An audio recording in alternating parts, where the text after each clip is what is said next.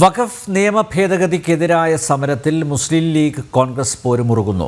മുസ്ലിം ലീഗിന്റെ മഹാറാലിയിൽ നിന്നും പ്രതിപക്ഷ നേതാവ് കൂടിയായ വി.ഡി. സതീശൻ വിട്ടുനിന്നത് വലിയ രാഷ്ട്രീയ പോരിനാണ് കളമൊരുക്കുന്നത്. സമരത്തിലെ സതീശന്റെ അസാന്നിധ്യം വലിയ നീരസമാണ് ലീഗ് നേതാക്കളിലും പ്രവർത്തകരിലും ഉണ്ടാക്കിയത്. വഖഫ് ഭേദഗതി ബില്ലിനെതിരെ മുസ്ലിം ലീഗ് സംഘടിപ്പിച്ച റാലിയിലാണ് പ്രധാനമന്ത്രി നരേന്ദ്രമോദിയെ അധിക്ഷേപിച്ചുകൊണ്ടുള്ള മുദ്രാവാക്യങ്ങൾ ഉയർന്നത്. മുദ്രാവാക്യം വിളിച്ചുകൊണ്ട് കടപ്പുറത്തേക്ക് പ്രവേശിച്ച ലീഗ് അണികളാണ് നരേന്ദ്രമോദി ചോർ, നരേന്ദ്രമോദി കള്ളൻ എന്ന് പറഞ്ഞുകൊണ്ടുള്ള മുദ്രാവാക്യങ്ങൾ മുഴക്കിയത്.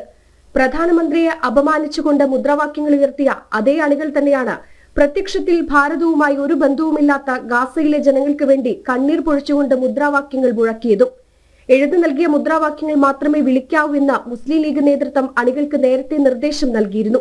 എന്നാൽ അത് ലംഘിച്ചാണ് ചിലർ ഈ രീതിയിൽ മുദ്രാവാക്യം മുഴക്കിയത്. ജനം, കോഴിക്കോട്.